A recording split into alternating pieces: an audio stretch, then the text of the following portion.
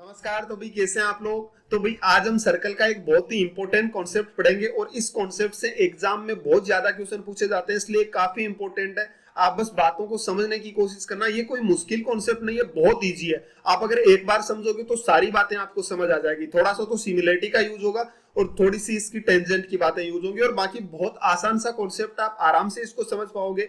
लेकिन चीजों को जैसे समझ, आपको चीजें समझनी है, इनको रटना नहीं है बिल्कुल भी। ठीक है, चीजों को हर एक पॉइंट को समझते जाना, सारी चीजें आपकी अपने आप क्लियर हो जाएगी। बहुत इंपॉर्टेंट कॉन्सेप्ट आप लोगों के लिए। तो देखना भाई क्या है, जैसे मान लीजिए आप लोगों के पास में इस तरीके से लिखी हुई है कि ये दो टेंजेंट है इस तरीके से, और इन टेंजेंट के बीच ये मान लीजिए दो लाइन है, यहां से एक पॉइंट से दो लाइन जा रही है और इनके बीच में अगर इस तरीके से सर्कल बने हुए हैं ना, ये होना चाहिए कि सर्कल एक दूसरे को टच करें और इन लाइनों को भी टच करें। अगर इस तरीके के सर्कल बने हुए हैं तो इनकी रेडियस जो होती है ना, R1 R2 R3 R4, ये किस में होती है भाई? ये हमेशा जीपी में यानी जियोमेट्रिकल प्रोग्रेशन में होती है। ठीक है, इस पॉइंट को आप ध्यान में रखना कि ये जीपी में होते हैं। जीपी का मतलब क्या है? जैसे मान लीजिए 3 पॉइंट R1 R2 और R3, ये मान लीजिए जीपी में। ठीक है, तो जीपी में होने का मतलब क्या है कि इसका बीच वाला टर्म होता है ना, जीपी में कब होते हैं भाई? इनका कॉमन रेशियो इक्वल होगा, यानी आगे वाले टर्म मतलब मैं R2 में R1 से डिवाइड करूंगा ना, तो जितना रेशियो आएगा ना वो किस में आएगा? R3 को R2 से डिवाइड करूंगा तब आएगा। ये जीपी का मतलब होता है। कॉमन रेशियो यानी जिस नंबर से मल्टीप्लाई हो रहे हैं, जैसे मान लो 2 से मल्टीप्लाई हो रही है, तो आप कॉमन रेशियो जीपी में कैसे निकालते हो? मैंने अच्छे से बता रखा, इसकी पूरी क्लास ली है कि आगे वाले टर्म में पीछे वाले टर्म का डिवाइड कर दो, तो कितना होगा? R2 अपॉन R1, और इधर आगे वाले में इसमें करोगे तो कॉमन रेशियो तो इक्वल होना है। तो यहां से क्या हो जाएगा? R2 का स्क्वायर इक्वल टू होगा R3 इंटू R1। यानी जब भी कोई लाइंस जीपी में होती है ना, तो वो क्या होती है? R2 का मतलब ये बीच, तीन जैसे टर्म मान लीजिए जीपी में है, तो उनके बीच वाला टर्म का स्क्वायर इक्वल होता है उनके बाहर वाले दोनों के प्रोडक्ट के। ये बात ध्यान रखिएगा। तो ये जो होगी ना R1 R2 R3 इनफाइनाइट, कितने भी टर्म हो चाहे कितने भी रेडियस हो, सारी किसमें होगी? जियोमेट्रिकल प्रोग्रेशन में होगी। कैसे होगी ये मैं बताता हूं आपको, ध्यान से देखना भाई। मैं आपसे एक छोटी सी बात पूछता हूं। जैसे मान लीजिए आप लोगों के पास में एक ट्रेंगल दिया हुआ है, ठीक है, इस तरीके से ट्रेंगल दिया हुआ है, और मैं कह दूं कि आपसे ये मान लीजिए इसमें 3 लाइन ड्रॉ कर रखी है और ये कह दूं 4 है और ये 7 है और ये 11 है, तो आप मुझे बताना इधर वाली इन लाइन का रेशियो क्या होगा, इसका और इसका रेशियो क्या होगा। इतना सा पॉइंट बता दो, मैंने अच्छे से बता रखा है। ठीक है, तो आप कैसे निकालोगे? हम ऐसे निकालते कि अगर ये लाइन पैरेलल है, इस बात का ध्यान रखना कि ये तीनों लाइन पैरेलल होनी चाहिए। तो जैसे ही पैरेलल ना, तो ये जो यहाँ वाली लेंथ आएगी ना, वो आएगी 7 में से 4 घटा दो। कैसे? आप ऐसे कहेंगे तीनों ट्रायंगल सिमिलर हो जाएंगे, यानी ये 4 आएगी, ये पूरी 7 आएगी और ये पूरी कितनी आएगी? 11 आएगी। यानी ये बची हुई कितनी रहेगी? 7 में से 4 गया तो कितना बच गया? 3 बच गया। और यहाँ पे कितना बच गया? अभी 4। ये इनका रेशियो होता है। ठीक है, इस बात को समझना। तो आपको ये बात मैंने अच्छे से बता रखी है कि अगर इस तरीके से लिखे हैं तो ये रेशियो कितना आएगा? तो इससे 7 में से 4 घटा दो, यानी कितना आ जाएगा? 3। इधर वाला कितना आएगा? 11 में से 7 घटा दो, यानी कितना आ जाएगा? 4। मतलब इनका रेशियो कितना हो गया? 3 4 हो गया। आई मेरी बात समझ? इस पॉइंट को ध्यान में रखना है, मैंने सिमिलरिटी में आप लोगों को अच्छे से बताया है। अब देखो ध्यान से भाई, इसमें क्या होगा कि R1 R2 है भाई। ये देखो, ये जो टेंजेंट होती है ना, टेंजेंट पे आपको पता है कि रेडियस परपेंडिकुलर होती है, तो ये रेडियस इस पे क्या है भाई? 90 डिग्री का एंगल बना रही है। ठीक है, रेडियस से इस टेंजेंट पे 90 डिग्री का एंगल बना रही है, और एक ही लाइन पर ये तीनों लाइनें परपेंडिकुलर है, यानी तीनों क्या हो गई भाई? पैरेलल हो गई। ये बात आपको समझ आई? तो पैरेलल होगी तो मुझे बताना ये रेशियो क्या होंगे। इधर ये भी R1 है R2 है, तो बताओ ये कितनी होगी? R1 और ये कितनी होगी? R2। ये कितनी होगी? R2 और ये कितनी होगी? R3। यानी पूरी मिलकर कितनी हो जाएगी? R1 plus R2। ये कितनी हो जाएगी भाई? ये हो जाएगी R1 प्लस R2, ये हो जाएगी R2 प्लस R3।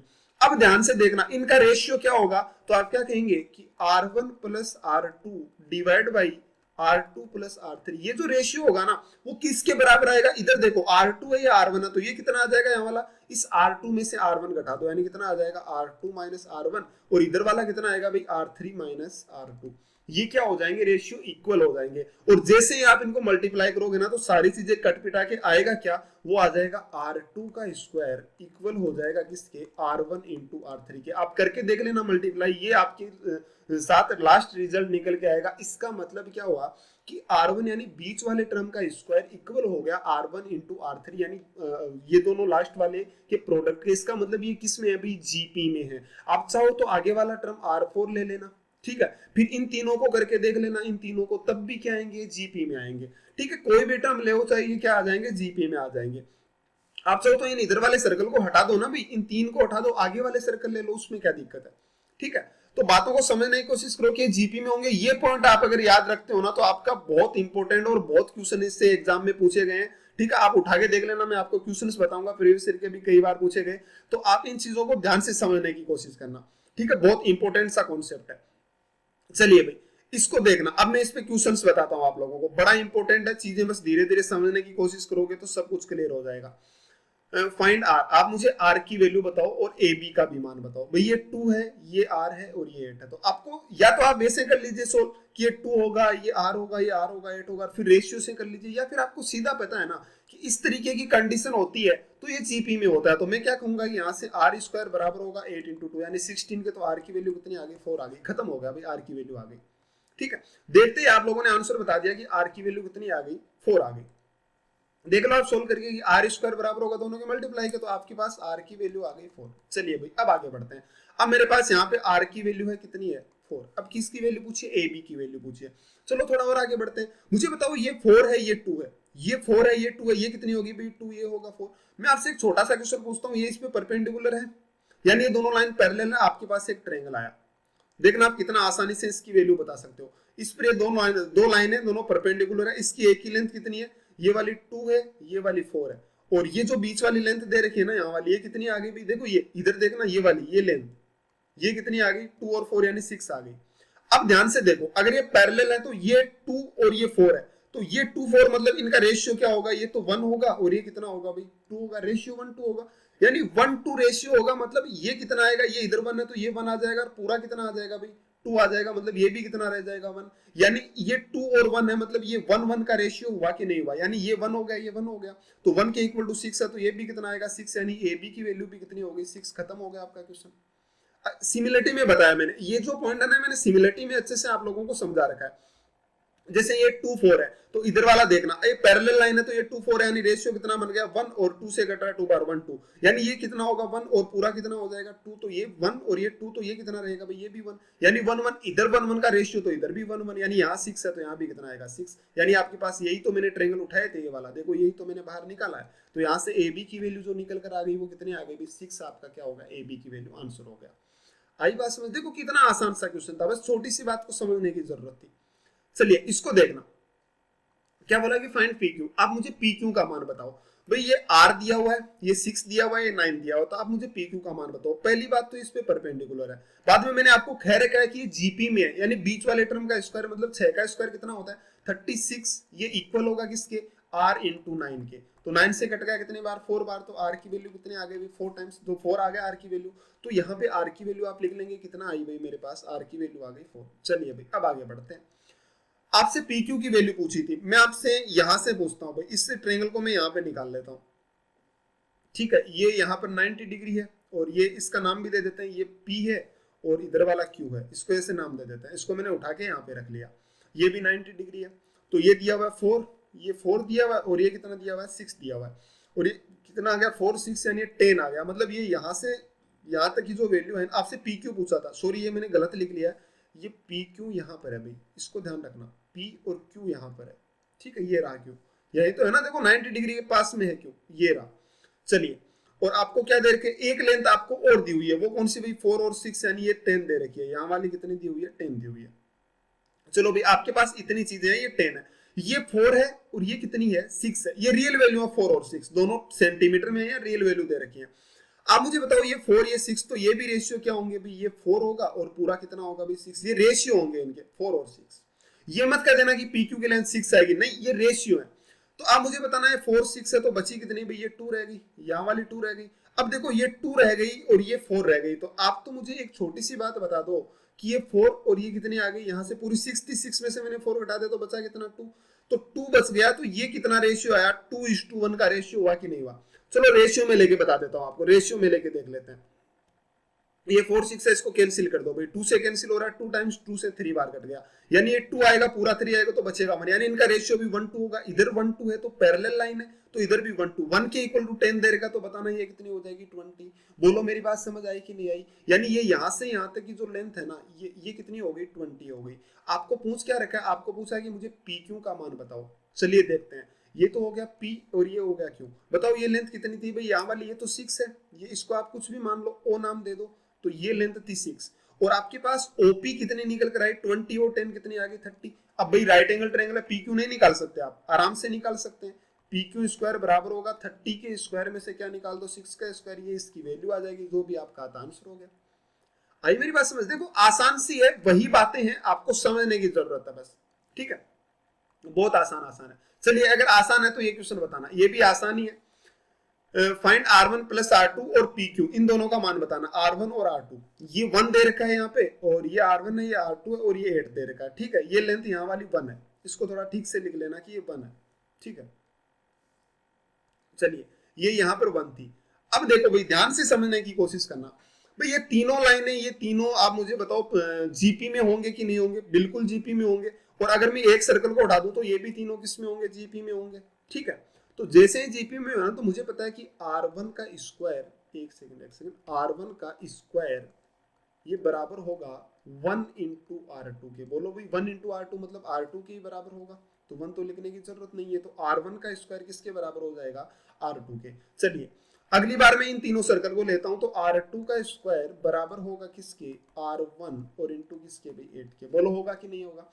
तो यहां से मैं R2 की जगह पे कितना लिख सकता हूँ? R2 की जगह पे R1 का स्क्वायर लिख सकता हूँ। तो यहाँ पे R2 की जगह R1 का स्क्वायर लिखूंगा और उसका ऊपर से स्क्वायर और है, तो कितना बन जाएगा? R1 की पावर 4 बनेगा, बराबर क्या आ गया? R1 into 8। बोलो आया कि नहीं आया? देखो मैंने क्या किया, R2 की जगह पे R1 का स्क्वायर रख दिया, पूरा रखा, तो इसका फिर से ऊपर स्क्वायर है, तो 2 इंटू 2 मल्टीप्लाई होगा, कितना बनाएगा? R2 की पावर 4 बन जाएगा। अब R1 से एक R1 कैंसिल हो गया, यानी बचा कितना भाई यहाँ पे? 3 R cube equal to 8 R1 की क्यूब, तो R1 की वैल्यू कितनी आ गई? 2 आ गई। मतलब इसकी जो वैल्यू आई R1 की वो कितनी आ गई? 2। तो आप R1 की जगह पे कितना लिख सकते हो भाई यहाँ पे? इसको मिटा के मैं क्या लिख सकता हूँ कि R1 की वैल्यू 2 आएगी, ठीक है, ये वैल्यू 2 हो गई। और अब तो आपको समझ आ गया होगा कि R2 कितनी आएगी। ध्यान से देखो, मैंने बोल रखा है कि जीपी में होते हैं, ठीक है, तो जीपी में होते हैं, तो देखो ये 1 है, ये 2 है, किससे मल्टीप्लाई हुआ भाई? 1 को किससे मल्टीप्लाई करूंगी? 2 आ जाए, तो आप कहेंगे 2 से मल्टीप्लाई करो, फिर से 2 से मल्टीप्लाई करो, कितना आ जाएगा? 4, फिर से 2 से मल्टीप्लाई करो, कितना आ जाएगा? 8 आ जाएगा। मेरा कहने का मतलब ये है कि इस तरीके से आगे आगे लाइंस आती रहेगी, मतलब ये 2 से ही मल्टीप्लाई होता रहेगा। अब चलो भाई आपके पास R1 प्लस R2 यानी 2 और 4 कितना आ गया भाई? ये 6 आ गया, आपका खत्म हो गया कि ये वैल्यू कितनी है? 6 है। लेकिन आपको PQ की लेंथ पूछी थी, ये नहीं पूछा था, तो भाई PQ पर आ जाते हैं। तो देखो ये 4 है तो इधर वाला भी 4 होगा, ये 8 है तो ये भी 8 होगा, ये 4 है तो ये भी 4 होगा, ये 2 होगा, ये भी 2 होगा, ये 1 होगा। लेकिन ये नहीं है हमारे पास, ये क्या होगा? तो देखो ये 1 और ये 2 का रेशियो, इस ट्रेंगल को थोड़ा सा मैं यहाँ पे निकाल देता हूँ। ये छोटा सा जो ट्रेंगल है ना, इसको नाम दे दीजिए आप AB, A और B नाम दे दो इसको, ठीक है। तो मैंने नाम दे दिया P, और ये 90 के साथ में A है, और इसको मैंने B नाम दे दिया, 90 डिग्री है, ठीक है। और ये इसके पैरेलल लाइन है, ये भी 90 है। तो देखो ये दे रखा है 1 और ये दिया हुआ है 2, यानी ये भी कितना होगा? 1 पूरा 2, तो ये भी 1, मतलब 1 1 होंगे, यानी कि जितनी लेंथ ये है ना उतनी लेंथ ये होगी। तो ये कितनी दे रखी है? 1 और 2 3, तो ये भी कितनी हो जाएगी? 3। अब तो आप आराम से निकाल सकते हो कि इस PQ ये 90 डिग्री का एंगल इस पूरे वाले में देखना भाई, इस पूरे ट्रायंगल में देखो, यहाँ वाले में राइट एंगल ट्रायंगल है, तो राइट एंगल ट्रायंगल में PQ का स्क्वायर क्या होगा भाई? PQ का जो स्क्वायर आएगा वो बराबर होगा इस हाइपोटेनस, यानी P, और इस पॉइंट को O नाम ले लो, PO का स्क्वायर। जो पूरी लेंथ कितनी बनेगी? 3, तो यहाँ वाली ये जो पूरी लेंथ बनेगी कितनी बनेगी? 3 और 3 6, ठीक है, 6 और ये 6 कितना हो गया? 12, और 12 और 12 कितना हो गया भाई? 12 और 12 कितना हो गया? 24, यानी आपके पास PQ कितना आएगा? 24 का स्क्वायर माइनस 8 के स्क्वायर, ये क्या आ जाएगा आपके पास PQ। आप चाहो तो इसमें से 8 का स्क्वायर कॉमन भी ले लो, तो मैंने 8 का स्क्वायर कॉमन ले लिया, तो कितना बन गया? 3 का स्क्वायर, और उसमें से 1 जाएगा तो कितना बनेगा? 9, और ये कितना आ जाएगा भाई? ये 8 ही आ जाएगा, ठीक है। देख लीजिए आपके पास ये इसकी क्या आ गई? वैल्यू आ गई। तो अब इसकी वैल्यू क्या हो जाएगी भाई? PQ की वैल्यू यहाँ पे कितनी रह जाएगी? वो रह जाएगी 8√8। और अगर कहीं कैलकुलेशन में मिस्टेक है तो आप खुद से देख लेना। इजी क्वेश्चन था, कुछ है ही नहीं क्वेश्चन उसमें, बस बातें धीरे धीरे आपको समझ आती चली जाएगी, तो आराम से वो सोल्व होते चले जाएंगे, कुछ खास बात नहीं है।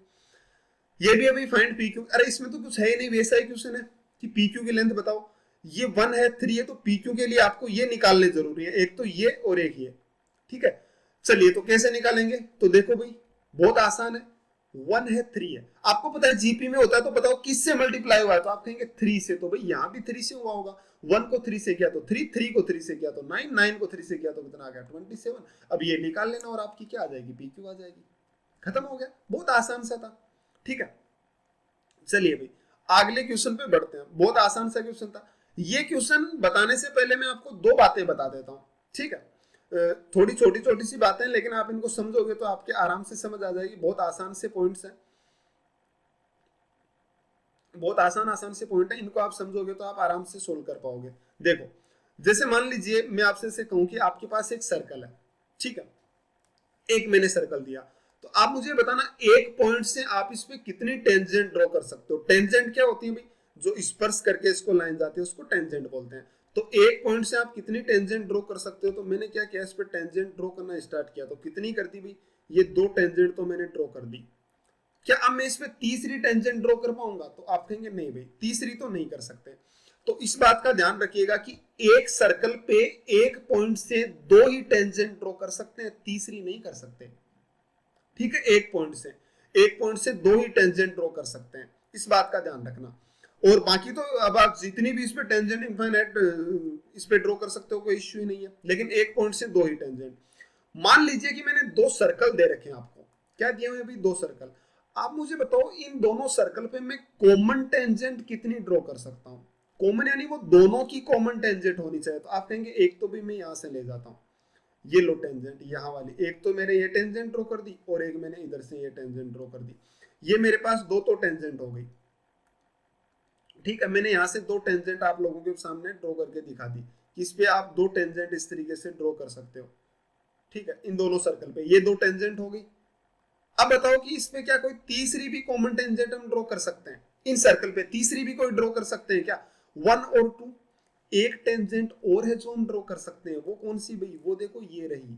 यहां से भी तो एक टेंजेंट ड्रॉ करी जा सकती है ना भाई, इस तरीके से।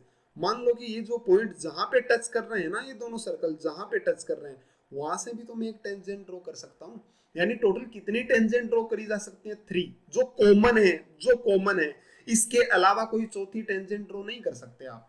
ठीक है, अब आगे बढ़िएगा भाई, इस तरीके से मान लो कोई सर्कल इंटरनली टच करे तो कितनी टेंजेंट ड्रॉ करी जा सकती है।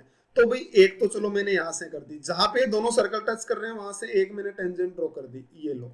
अब बताओ जरा, क्या कोई दूसरी ऐसी टेंजेंट है जो इस पे ड्रॉ कर सकते हैं, नहीं, दूसरी नहीं है, सिर्फ ये एक ही टेंजेंट है जो हम इस पे ड्रॉ कर सकते हैं। बहुत आसान सी बात है।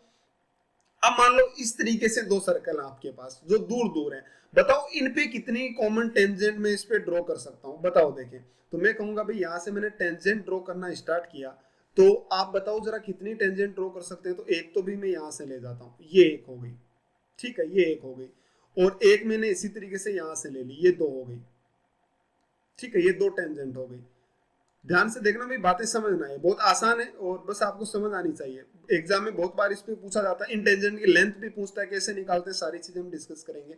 ये 2 टेंजेंट हो गई। अब बताओ क्या इन 2 के अलावा मैं कोई और टेंजेंट ड्रॉ कर सकता हूँ, इन 2 के अलावा। तो आप कहेंगे भाई हाँ, 2 के अलावा और भी हो सकती है, कौन सी भाई, 2 तो ये हो गई, एक ये देखो यहां से इस तरीके से कोई टच करके इसको टेंजेंट जाएगी, भाई ये भी तो टेंजेंट ही है ना, ये भी तो टेंजेंट है, एक ये होगी, और एक इस तरीके से भी मैं कर सकता हूं जो कॉमन हो इन दोनों में, जो दोनों को टच करके जाए, उसी को टेंजेंट बोलते हैं।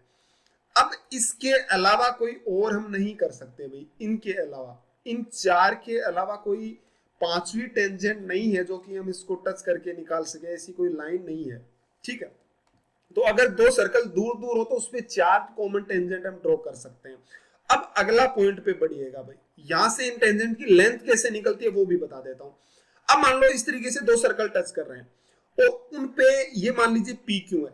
ठीक है, इनको मैं नाम दे देता हूं, कुछ भी पी और क्यू नाम दे देता हूं। मान लीजिए पी और क्यू है, और यहां पर आर है, और ये एस है। भाई ये तीनों, ये टेंजेंट है, पी भी टेंजेंट है, ये तो पी क्यू तो टेंजेंट है ये, और एस आर है ना, ये भी इनकी कॉमन टेंजेंट है। तो भाई जब भी आपके पास ऐसी कंडीशन बनती है ना, जब भी कभी ऐसी कंडीशन बनती है, तो मुझे बताओ एक सर्कल पे एक पॉइंट से 2 टेंजेंट ड्रॉ करता हूं, दोनों की लेंथ बराबर होती है। तो जैसे मान लो एक एस पॉइंट है, उससे सर्कल पे एक टेंजेंट तो ये रही, एक टेंजेंट ये रही, तो बताओ दोनों की लेंथ बराबर होगी कि नहीं होगी। आप कहेंगे बराबर होगी, बिल्कुल ये दोनों बराबर है। सेम इसी तरीके से इस पे भी तो भाई बराबर होगी, तो ये भी दोनों क्या हो जाएगी, इक्वल हो जाएगी। तो अब अगर इस तरीके से है ना, ध्यान रखिएगा, अगर मैं कोई भी कॉमन टेंजेंट ड्रॉ कर रहा हूं तो ये पी एस और एस आर बराबर होगा, और एस क्यू भी बराबर होगा। और अगर इन पॉइंट को मैं मिला देता हूं तो यहां पे बनने वाला एंगल 90 होगा। मैंने पहले भी बताया 90, ऐसे नहीं समझ आता ना तो ऐसे देख लो, ये कॉमन टेंजेंट है। ठीक है, ये तीनों लाइनें बराबर हो गई इसकी तीनों, और ये तीनों किस में बराबर होते हैं, सिर्फ राइट एंगल में बराबर होती हैं भाई, और तो होती नहीं है। अगर मिड पॉइंट को मिला दिया जाए तो राइट एंगल में बराबर होती है। तो ये एंगल जो होता है वाला 90 डिग्री होता है। बस आपको ये बातें ध्यान में रखनी है, छोटी छोटी सी पॉइंट्स है। अब मैं आता हूं इनकी लेंथ कैसे निकालते हैं। मान लीजिए कोई दो सर्कल है वो टच कर रहे हैं, देखो इनके फॉर्मूले होते हैं बहुत सारे, मैं आप चाहो तो मैं फॉर्मूले भी बता सकता हूं, लेकिन कोई मतलब नहीं है फॉर्मूले रखने का। आपके पास अगर ये आते हैं ना तो फॉर्मूला याद करने की कोई जरूरत नहीं है, आप एक सेकंड में आंसर बता सकते हो। फॉर्मूले याद करोगे ना उससे तो कहीं बेहतर है कि आप चीजों को सीख लो। मान लीजिए कि इसकी ये जो रेडियस है ये R1 है, ठीक है, इसकी रेडियस है मैं कह देता हूं कि R2 है, और ये मान लो इसके सेंटर है P और Q, इनके सेंटर है, ये सेंटर है में इससे, और ये मान लीजिए AB लेंथ है। तो आपसे मैं पूछूं कि अगर मैंने इसकी रेडियस दे रखी है R1 और R2, तो आप मुझे, और दोनों एक दूसरे को टच कर रहे हैं, तो मुझे बताओ कि AB की लेंथ क्या होगी, ठीक है, रेडियस दे रखी है। तो आप क्या बोलेंगे, R1 है तो इधर वाला भी R1 होगा, ये भी R2 होगा, और ये इस पे 90 डिग्री है, 90 डिग्री है, दोनों लाइनें इस पे 90 डिग्री है, मतलब AP और BQ पैरेलल है।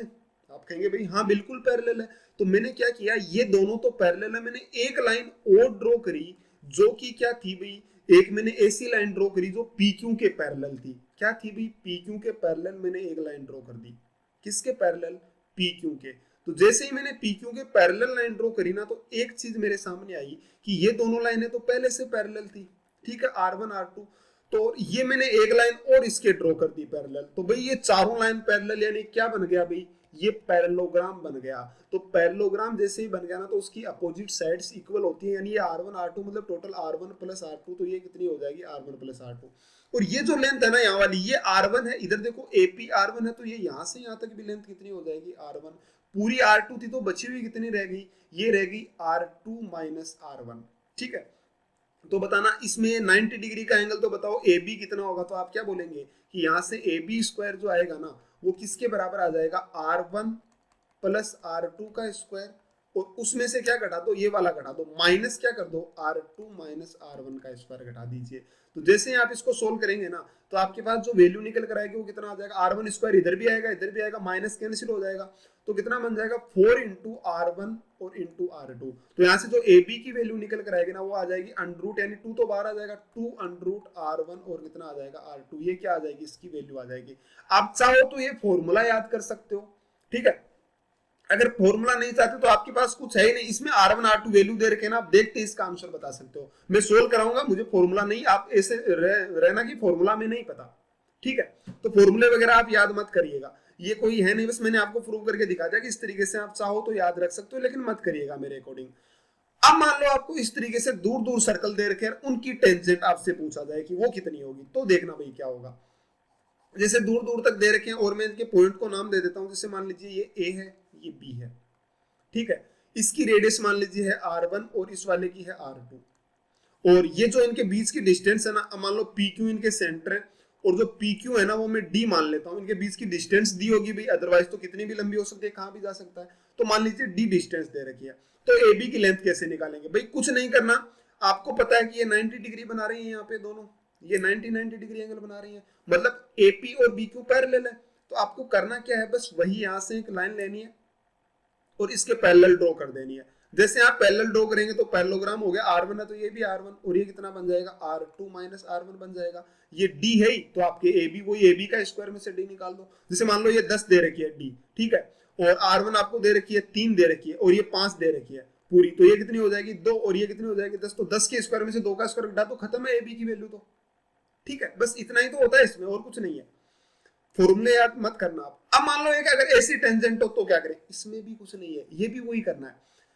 क्या किया मैंने, सेंटर मान लिया PQ, और ये मान लिया AB, आपको AB टेंजेंट की लेंथ चाहिए, मान लीजिए अज्यूम करो कि AB की लेंथ चाहिए, तो ये इस पे 90 डिग्री का एंगल है, ये भी क्या है 90 डिग्री का। तो मैंने क्या किया कि मैंने इस लाइन को आगे बढ़ा दिया थोड़ा सा, कितना आगे बढ़ाया भाई, मैंने उतना आगे बढ़ा दिया जितना ये इसके पैरेलल तो है भाई, एक ही लाइन पे दोनों परपेंडिकुलर, देखो ये भी इस लाइन पे परपेंडिकुलर, ये भी परपेंडिकुलर, मतलब AP और BQ पैरेलल तो है। अब मैंने इसको यहां से मिला दिया, एक लाइन ड्रॉ कर दी जो AB के पैरेलल है। कौन सी लाइन ड्रॉ कर दी, जो AB के पैरेलल है। कौन सी लाइन ड्रॉ करी भाई, ऐसी लाइन ड्रॉ करी जो AB के पैरेलल है, यानी ये तो दोनों पैरेलल थी पहले से, ये तो पैरेलल थी, और ये और कर दी, मतलब पैरेललोग्राम हो गया। यानी ये R1 है तो इधर वाली भी कितनी हो जाएगी, R1 हो जाएगी। सही बोलने लग रहा हूँ, R1 होगी, और ये R2 है, ठीक है, और आपको AB चाहिए। मान लीजिए इनके बीच की डिस्टेंस PQ, ये तो कुछ दे रखी होगी, मान लो D दे रखी है, आपसे अब पूछा है कि ये लेंथ बताओ आप AB की, तो ए बी जितनी है ना उतना ही तो ये है भी, ए बी जितनी तो ये है, तो आप तो ये निकाल लो, राइट एंगल ट्रायंगल बन गया। ये भी तो 90 बनेगा ना, अगर पैरेलल है तो ये 90 तो ये भी 90। अब आप आराम से निकाल सकते हो कि ये जो लेंथ होगी ना ए बी की वो कितनी हो जाएगी, वो डी स्क्वायर में से क्या कर दो भाई, R1 प्लस R2 का स्क्वायर घटा दीजिए, खत्म हो गया आपकी ए बी की वैल्यू। ठीक है, ये R1 R2 हो गई ना पूरी लेंथ यहाँ से यहाँ तक की, और ये डी हो गई, ये एक राइट एंगल ट्रायंगल बन गया, खत्म है। इतना ही था बस, ये छोटी सी बातें थी जो आपको याद रखनी थी। ठीक है, अगर ये आपको पता होती तो आप आराम से क्वेश्चन सोल्व कर पाते। अब ये क्वेश्चन जो मैं कराऊंगा उसमें सारी बातें यूज होगी, तो इसलिए ध्यान रखना है इनका। चलिए देखना भाई, ये क्वेश्चन बड़ा इजी सा क्वेश्चन है। If radius of both circle in ratio 3:5, ये शायद मेरे ख्याल से सीजीएल मेंस का क्वेश्चन है, सीजीएल एसएससी सीजीएल का जो एग्जाम होता है उसके मेंस में क्वेश्चन आया था। ठीक है, if radius of both circle in the ratio 3:5, मतलब इनकी जो रेडियस है वो 3:5 के रेशियो में है। चलिए भी आगे बढ़ते हैं। पी आर इक्वल टू 40, यानी पी से लेकर आर तक 40 है पूरा। चलो, और बाद में क्या कह रखा है कि length of a tangent A B, मतलब ये जो ए बी है ना ये टेंजेंट है और इसकी लेंथ आपको बतानी है। भाई आप मुझे बताओ, मान लो इनकी रेडियस है, ये रेडियस यहाँ पे कितना क्या करेगी भाई, परपेंडिकुलर है ये रेडियस यहाँ पर, तो आप क्या बोलेंगे कि रेडियस यहाँ पे परपेंडिकुलर है, तो मैंने जैसे इसको मिलाया 90 डिग्री एंगल बनाएगी, इसको जैसे मैंने मिलाया तो ये भी कितना बनाएगी 90 डिग्री, यानी ये दोनों पैरेलल है। और रेडियस किस रेशियो में, अगर ये 3 है तो ये 5 है, इतना तो आपको पता ही चल गया होगा कि जो छोटा सर्कल है उसकी 3 है और बड़े सर्कल की 5 है। तो ये जैसे 3 5 बनी ना, तो ध्यान से देखने की कोशिश करना भैया आप, ये 3 है और ये 5 है, मैं इस ट्रायंगल को यहाँ पे निकाल लेता हूँ, इस ट्रायंगल को यहाँ पे निकाल लेता हूँ। कौन सा ट्रायंगल है, ये 90 डिग्री एंगल है, और इनको नाम दे दो आप कुछ भी, ए बी और सी डी नाम दे दो इनको, सी और डी नाम दे दिया, तो आपके पास ये तो पी है और ये डी पॉइंट होगा 90 डिग्री वाला, और यहां से इस पे परपेंडिकुलर है, इसको नाम दे देता हूं मैं सी। ठीक है, और बाद में ये दे रखे हैं, ये वाला आर है और ये वाला क्यू है। ठीक है, तो अब देखना ध्यान से, ये कितना बना भाई, ये 3 बन गया, ये 5 बन गया, यानी इधर वाला भी ये कितना होगा भाई 3 होगा, और पूरा कितना हो जाएगा, ये 5 हो जाएगा। ठीक है, तो सेम इधर रेशियो 3 ये 5 है, तो ये इधर वाला कितना बनेगा, ये 2 बनेगा। तो वही कंडीशन यहां पर होगी कि इधर 3 2 का रेशियो, तो इधर भी 3 2, यानी पूरी लाइन अगर 5 है ना, तो ये तो 3 है और ये कितना है 2 है। ये बात समझ आई आपको, और आपको खैर क्या कि पूरी 5 यानी पी आर की लेंथ क्वेश्चन में दी है कि कितनी है, पी आर की लेंथ आप लोगों के पास में साफ साफ दे रखा है कि 40 है, यानी 5 के इक्वल टू कितना दे रखा है 40, आपको सेंटीमीटर या मीटर जो भी दिया हो, तो 1 के इक्वल टू कितना हो जाएगा 8 हो जाएगा, यानी ये लेंथ कितनी बनेगी भाई क्यू आर, ये 16 बनेगी, 8 इंटू 2, और ये कितना बनेगा 24 बनेगा। तो लिख लीजिए कि ये तो आएगी 24 और क्यू आर जो आएगी ना वो कितनी आ गई 16 आ गई। ध्यान से देखना भाई, 16 आ गई। आप मुझे एक बात बताओ कि ये रेशियो कितना था, ये रेडियस 3 थी, ये 5 थी, यानी ये रेशियो 3 और 5 का था। अब 3 5 का तो रेशियो था, मुझे बताओ पूरी लाइन क्यू आर कितनी होगी, तो ये 3 है ये 5 है, 8 हो गई। तो 8 के इक्वल टू आपको क्यू आर की लेंथ यहाँ पे देखना कितनी दे रखी है, क्वेश्चन को समझने की कोशिश करिए भाई यहाँ से आप, कि जो आपको क्यू आर की लेंथ दे रखी है ना वो यहाँ से कितनी दे रखी है 16, तो इधर पूरी कितनी दे रखी है 3 और 5 के रेशियो में, यानी 8 के इक्वल टू 16, तो ये कितनी रही होगी 6, और ये कितनी रही होगी भाई आपके पास 10, तभी तो 16 आई होगी। ये 6 हो गई, ये 10 हो गई, पूरी देखो देखे पूरी लेंथ कितनी होगी आपके पास, पूरी लेंथ आपके पास आ गई है 16, और ये 3 है तो ये रेडियस इसकी 6 आएगी। अब आपका क्वेश्चन खत्म हो गया। देखो कैसे, ये 2 सर्कल थे, ठीक है, इस तरीके से 2 सर्कल थे और ये एक दूसरे को टच कर रहे हैं। आप मुझे बताओ कि ये इसकी CD लाइन है, ठीक है, और ये इसके सेंटर है यहाँ से, और सेंटर में पूरी लेंथ कितनी है आपके पास 16 दी हुई है, और ये इस पे परपेंडिकुलर है ही। अभी वाला क्वेश्चन हो गया कि आपको टेंजेंट की लेंथ बतानी थी, तो ये कितनी होगी, इसकी रेडियस 6 है और इसकी कितनी है 10 है, मैंने इस पे परपेंडिकुलर डाला भाई, ये इसके पैरेलल लाइन ड्रॉ करी, तो ये 16 तो ये भी 16, और ये कितना बन गया 6, ये बन गया 10, तो ये बचा कितना भाई 4। तो मुझे बताना CD का स्क्वायर कितना होगा, तो आप कहेंगे कि CD स्क्वायर बराबर होगा 16 के स्क्वायर में से क्या कर लो 4 का स्क्वायर घटा लीजिए। अब जो भी वैल्यू आएगी ना यहाँ से, जो भी वैल्यू आएगी, अब आपको पता है कि ये टेंजेंट है तो ये तो सारी लेंथ बराबर होगी, यानी जो A है ना वो CD का मिड पॉइंट है, यानी आपके पास AB और AC और AD बराबर होगा। तो मुझे बताना AB की वैल्यू कितनी आ जाएगी, AB की वैल्यू आएगी CD का हाफ, यानी CD/2, और आपके पास CD की वैल्यू यहाँ पर है, तो क्या हो जाएगा इसका, खत्म हो गया क्वेश्चन। आ रही बात है समझ में, क्वेश्चन बहुत आसान था, बस चीजें आपको समझनी थी, जैसे आपको समझ आती है तो आप आराम से कर पाओगे इनको। ठीक है, चलिए एक भाई ये क्वेश्चन है, बहुत आसान आसान से क्वेश्चन है। ये भी सीजीएल मेंस के पेपर में आया था शायद, एसएससी सीजीएल मेंस में। Both circle with radius 4 centimetre, दोनों सर्कल की रेडियस 4 सेंटीमीटर है। चलो भाई, टच ईच अदर, एक दूसरे को टच कर रहे हैं। Find the length of tangent PQ, ये जो PQ है ना ये टेंजेंट है, और ये PR ये भी इधर इसके टेंजेंट है, तो आप मुझे PQ टेंजेंट का आंसर मतलब वो वैल्यू बताओ। तो भाई ये इसका डायगोनल हो गया, ठीक है। सेंटर इसको मैं A और B नाम दे देता हूं, ठीक है। ये टेंजेंट है, ये मैंने A और B नाम दे दिया। अब ध्यान से देखो कि अगर ये टेंजेंट है तो उस पर 90 डिग्री का एंगल बनाएगा, इधर भी कितना बनाएगा 90 डिग्री का एंगल। ये कितना दिया हुआ है 4 4 और 4, और ये भी 4 दिया हुआ है। ये भी कितना हो जाएगा आपके पास 4 हो जाएगा। आपसे पूछा है कि मुझे PQ की वैल्यू बताओ। मुझे एक बात बताना आपकी, अगर मैं इस एंगल को थीटा मान लूं, ठीक है, तो आपके पास दो ट्रायंगल निकल कर आते हैं। देखो कितना आसान था। अगर मैं इसको थीटा मान लूं तो ये यहाँ पर 90 डिग्री एंगल है, P हो गया, Q हो गया, और ये R हो गया, जिसमें ये एंगल थीटा हो गया। और QR की लेंथ कितनी होगी, Q से लेकर R तक 4 4 8, और 8 कितना हो गया 16, ये वैल्यू 16 आ गई। चलिए आगे बढ़ते हैं। अब आपके पास एक ट्रायंगल ये है, ठीक है, ये देखो 90 डिग्री का एंगल है यहाँ पर, और इसको नाम है A, और ये R हो गया, और इसको मैं कुछ भी मान लेता हूँ, T मान लेता हूँ इसको, ठीक है, मैंने T मान लिया। इसमें लेंथ कितना दे रखा है, ये 4 दिया हुआ है, और ये कितना दे दिया 4, और ये 12 आ गया, ठीक है। तो मुझे बताना TR की वैल्यू, ये थीटा दिया हुआ है, तो बताओ TR की वैल्यू कितनी है अभी, TR की वैल्यू बताना। देखें तो TR की वैल्यू कैसे निकालेंगे, 90 डिग्री 12 के स्क्वायर में से 4 का स्क्वायर निकाल दो, तो कितना आ जाएगा भाई। आप इस TR की जो वैल्यू निकालेंगे वो आएगा 12 का स्क्वायर माइनस 4 के स्क्वायर का अंडर रूट। तो 4 का स्क्वायर तो कॉमन ले लीजिए, तो बनेगा कितना जरा बताना। तो ये बन जाएगा यहाँ से 4 का स्क्वायर तो कॉमन आ गया, और 3 के स्क्वायर 9 में से कितना जाएगा 1, तो 8 बन जाएगा, ठीक है। ये 8 आ गया, तो यहाँ से वैल्यू कितनी आ गई 4√8। और इसको आप चाहो तो और भी थोड़ा सा कर सकते हो। 8 को क्या लिख सकता हूँ 4 इंटू 2, तो 4 8 रूट कितना आ गया 2, मतलब ये वैल्यू जो है वो कितने आ जाएगी 8√2 आ गई, ठीक है। और कहीं कैलकुलेशन में मिस्टेक है तो भाई देख लेना, ठीक है, देख लेना खुद से कहीं कैलकुलेशन में मिस्टेक है तो।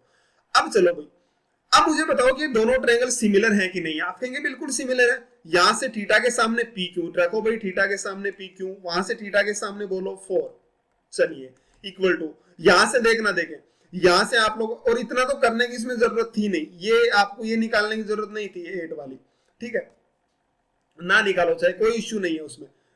चलिए देखो ये, लेकिन फिर भी आपने निकाला तो ये काम आएगा आप लोगों के। इस एंगल के सामने दे रखी है आपको लेंथ, ये वाली दे रखी है, तो ये निकालना पड़ेगा भाई आपको, ये वाली लेंथ निकालनी पड़ेगी, कितनी आई 8√2, क्योंकि ये इस एंगल के सामने की साइड दी हुई है, उधर 90 के सामने दी हुई नहीं है। तो इधर आपने थीटा के सामने PQ रखा, इस खाली एंगल जिसमें मैंने दो लाइन करी, इसके सामने कितना आ गया 16, और यहाँ पे खाली एंगल के सामने कितना आ गया भाई 8√2, तो ये बन गया 8√2। 8 से कितनी बार कट गया 2 बार, और ये कितना आ जाएगा इससे √2 टाइम्स, तो यहाँ से PQ की वैल्यू कितनी आ गई भाई, ये आ गई 4√2। अगर आपने कैलकुलेशन पूरा सही किया तो 4√2 इसका आंसर आ जाएगा। अगर कहीं गलत किया है कैलकुलेशन तो 4√2 नहीं आएगा, ठीक है। कई बार कैलकुलेशन में मिस्टेक हो जाती है। तो उम्मीद करता हूं समझ आएगा। इजी क्वेश्चन था एग्जाम में, बस थोड़ा सा कैलकुलेटिव दिया क्वेश्चन, बाकी कुछ है नहीं। चलो अब एक ये क्वेश्चन देखना, इस क्वेश्चन को देखो भाई, PQRS इज रेक्टेंगल, ठीक है, PQRS रेक्टेंगल है, और ये स्क्वायर है, इसके अंदर बना हुआ है, लिखा नहीं लेकिन ये स्क्वायर है, स्क्वायर में एक सर्कल बना हुआ है, विथ साइड 5 एंड 10 सेंटीमीटर, 5 और 10 का ये जो है आपका दिया हुआ है रेक्टेंगल, और ये स्क्वायर के अंदर सर्कल बना हुआ है। Then find the radius of circle, तो रेडियस से इस सर्कल की रेडियस बतानी है। बे टेंजेंट है जिसकी साइड एक तो 5 है और एक कितनी है 10 है, ये दे रखी है 5 और 10। आपको पूछिए कि रेडियस कितना है इसका, तो मैंने क्या माना, मैंने यहाँ पे इसका सेंटर जूम कर लिया, ठीक है, मैंने इसका सेंटर यहां से ले लिया। अब इस सेंटर से इस पे परपेंडिकुलर डाल देता हूं मैं, ये यहाँ पे टच कर रहा है, तो इस पॉइंट से मैंने इस पे सेंटर से क्या डाल दिया परपेंडिकुलर। सेम इसी तरीके से इधर भी मैंने क्या डाल दिया परपेंडिकुलर डाल दिया। चलिए अब ये मैंने परपेंडिकुलर डाल दिया, इस लाइन को मैंने यहां से इस पॉइंट को मिला दिया, जहां पे टच करना है ये वाला पॉइंट भी मैंने मिला दिया।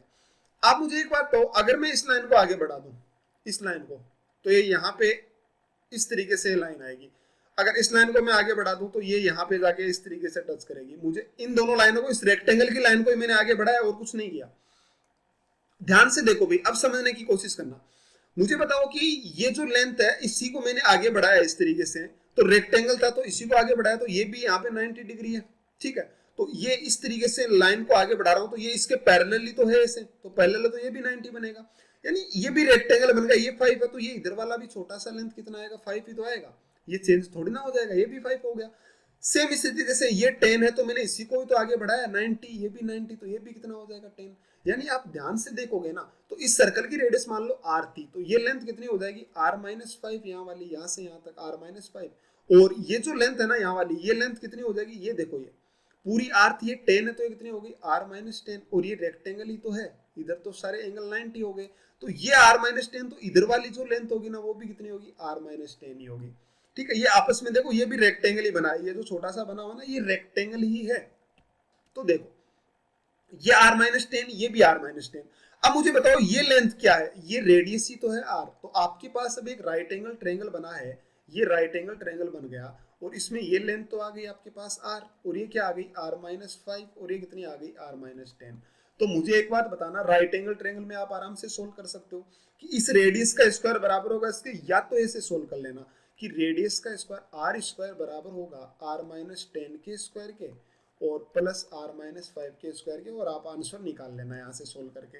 लेकिन मैंने आपको एक बात बोली थी, एक बार क्या बात बोली थी उसको आप ध्यान में रख लेना, चाहे आप चाहो तो। मैंने एक बार ऐसे बोला था आपको कि r, ये देखो लेंथ क्या है r-10 और r-5, और क्या लिखा हुआ r लिखा हुआ है। मैंने जब भी कहीं पे राइट एंगल ट्रायंगल आपको बताया था तो उसमें ये बात जरूर बोली थी कि जब भी कोई साइड होती है ना किसी ट्रायंगल की साइड, राइट एंगल ट्रायंगल की साइड, ये देखो -10 -5, तो बताओ क्या ऐड हुआ है, तो आप कहेंगे +5 ऐड हुआ है, फिर से कितना ऐड हुआ है, +5 ऐड हुआ है। यानी आपके पास जब भी कभी किसी राइट एंगल ट्रायंगल की साइड अगर अर्थमेटिकल प्रोग्रेशन यानी एपी में है ना, मैंने एक बात बोली थी कि किसी भी राइट एंगल ट्रायंगल की साइड अगर एपी में है, एपी का मतलब समांतर श्रेणी, वो कैसे पता लगाते हैं, वो ऐसे पता लगाते हैं कि उनके बीच का डिफरेंस है ना वो इक्वल होना चाहिए। तो डिफरेंस देखो 5 है दोनों का, तो 5 है, मतलब ये साइडें एपी में है। वो अगर किसी राइट एंगल ट्रायंगल की साइड एपी में होती है ना तो वो श्योर है कि वो साइडें 3, 4, 5 का मल्टीपल होंगी। तो इतना श्योर है कि वो साइडें क्या होगी, 3, 4, 5 का मल्टीपल होगी। ये क्वेश्चन एक बार पूछा भी गया है AIEEE के एग्जाम में, पहले हुआ करता था AIEEE, IIT और AIEEE, तो उसमें एक क्वेश्चन पूछा गया था कि if the sides of a right angle triangle are in AP then find the ratio of sides. तो साइड्स का रेशियो बताओ, मतलब किसी समकोण त्रिभुज की भुजाएं समांतर श्रेणी में है तो उसकी भुजाओं का अनुपात बताइए, तो वो कितना होगा 3, 4, 5। और ये कैसे होगा, शायद मैंने राइट एंगल ट्रायंगल में बताया भी है कि वो क्यों होगा 3, 4, 5। ठीक है, वहां भी आप देख सकते हो। अब समझना भैया आप, ये एपी में इसका मतलब जायज सी बात है 3, 4, 5 में, तो सबसे बड़ी साइड यानी आर तो हो गई 5, ये कितनी होगी 4, और ये कितनी होगी 3। लेकिन ये 3, 4, 5 ये नहीं हुआ। आप मुझे बताओ इनका गैप कितना कितना है, अभी +1, लेकिन यहाँ पे गैप 1 थोड़ी ना है, गैप 5 दे रखा है, तो इसको 5 बनाओ, तो 5 से मल्टीप्लाई कर दो, तो ये कितनी हो जाएगी 25, ये कितनी हो जाएगा 20, और ये कितना हो गया अभी 5, 3, 15। तो इसकी आर की जो लेंथ आएगी वो कितनी आ जाएगी 25, खत्म हो गया। चाहो तो यहां से सोल्व करके देख लेना आर की वैल्यू कितनी आएगी 25 ही आएगी। समझ रहे बातों को, बहुत इजी सी बातें, बस चीजें समझने की कोशिश करिए। चलिए आप कोई और क्वेश्चन लेना इस तरीके का, उसमें भी यही वैल्यू निकल के आएगी। ये देखो क्या है, if radius of circle is 6 centimetre and tangent PT equal to 10, तो PT का मान 10 है और रेडियस तो MN की वैल्यू बताओ। ये तो बड़ा आसान है, कैसे देखो समझो इस क्वेश्चन को, बहुत आसान सा है। इसके सेंटर से मैंने यहाँ पे एक परपेंडिकुलर डाला, ठीक है, ये परपेंडिकुलर मैंने यहाँ पे डाल दिया, तो आपको MN की वैल्यू पूछी है, ये 6 दे रखा है, ये कितना दिया हुआ है 10 दिया हुआ है, ठीक है, तो 6 10 8 दिया हुआ है, ठीक है, ये 8 दिया हुआ है TP। तो ये राइट एंगल ट्रायंगल है, तो ये पूरा कितना हो जाएगा 10 हो जाएगा, 10 हो जाएगा, तो जिसमें से ये 6 है तो बस कितना गया 4। देखो यहाँ से ये 10 हो जाएगा ना, राइट एंगल ट्रायंगल है 6, 8 और 10 का ट्रिपलेट होता है, तो ये कितना बन गया 6, ये भी यहाँ वाली भी रेडियस है 6 आएगी, तो बचा हुआ कितना रह गया 4। और ये टेंजेंट है MN, देखो लिखा हुआ है ना टेंजेंट MN, तो ये इस पे 90 डिग्री का एंगल बनाएगा। तो अब आपके पास ट्रायंगल खत्म है, इसको थीटा मान लेना और दोनों में सिमिलरिटी लगा देना, आपके पास वैल्यू आ जाएगी। ये बड़े वाला और ये दोनों राइट एंगल है तो सिमिलर हो जाएंगे और आसानी से आप सोल्व कर लोगे क्वेश्चन को, ठीक है। अब एक ये क्वेश्चन देखना भाई, if AB equal to 6, CD equal to 5, AD equal to 6, ये दे रखा है। तो इससे पहले आपको एक छोटा सा पॉइंट दिखाता हूं मैं, उसको समझना आप, फिर ये आपको समझ आ जाएगा, बड़ा इंपॉर्टेंट सा पॉइंट है। ये है भाई पटोलमीज थ्योरम, ठीक है, तो जिस किसी साइंटिस्ट ने इसको बताया तो वो उसका नाम दे दिया, कोई खास कहानी नहीं है।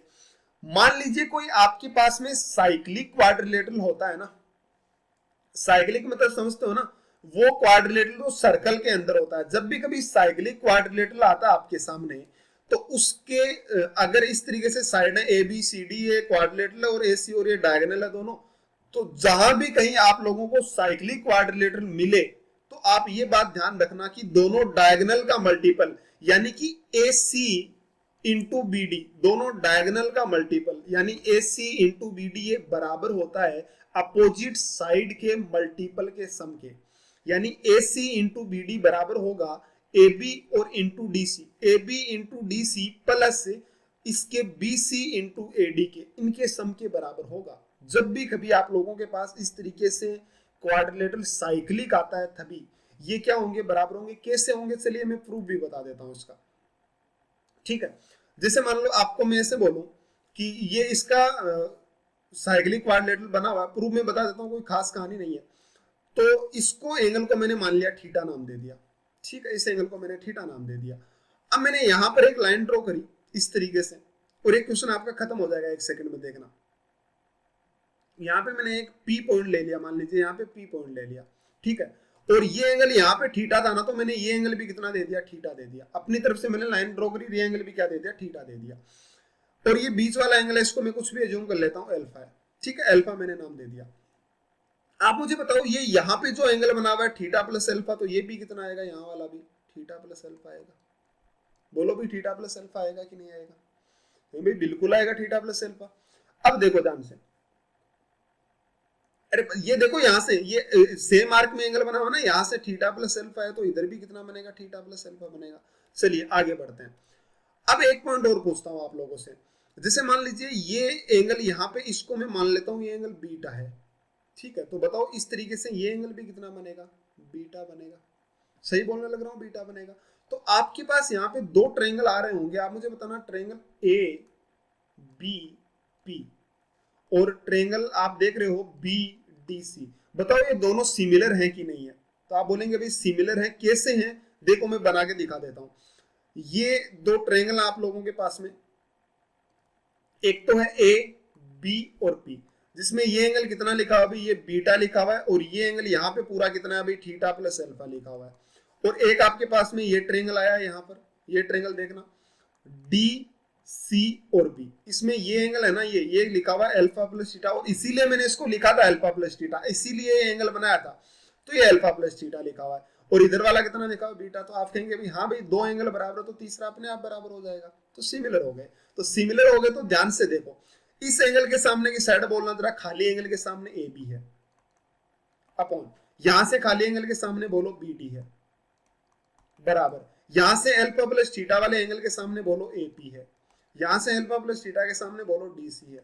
तो आप जैसे इसको सोल्व करेंगे ना, तो आप मुझे बताओ अपोजिट मल्टीप्लाई होंगे, यानी कि A B into D C बराबर होगा B D into A P के। बोलना जरा बराबर हुआ कि नहीं हुआ, तो आपने कहा भाई बिल्कुल बराबर हो गया।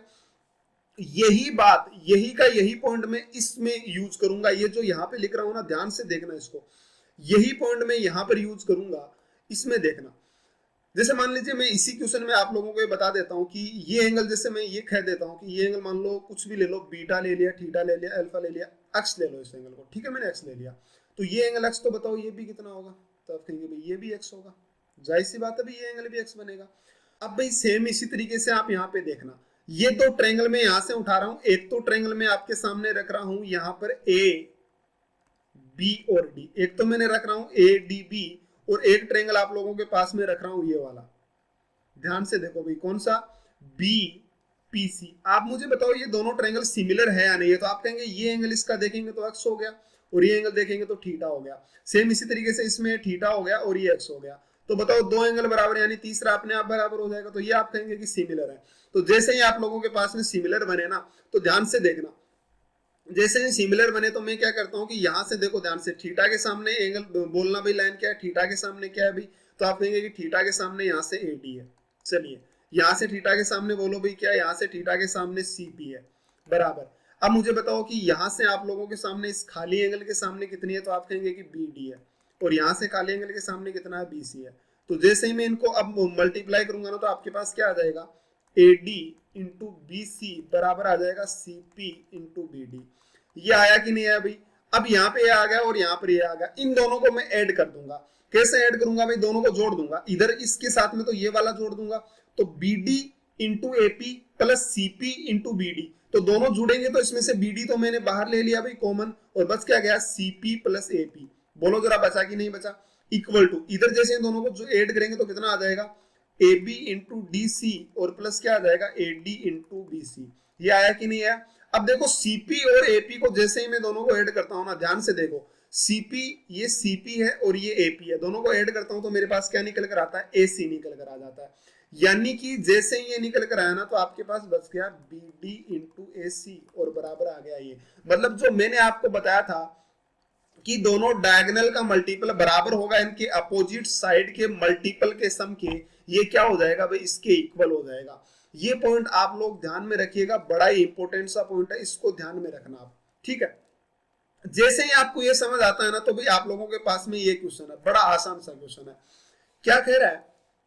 बस आप ध्यान रखना कि डायगोनल का सम है वो बराबर होता है इनकी अपोजिट साइड के मल्टीपल के सम के। डायगोनल का प्रोडक्ट बराबर होता है अपोजिट साइड के प्रोडक्ट के सम के।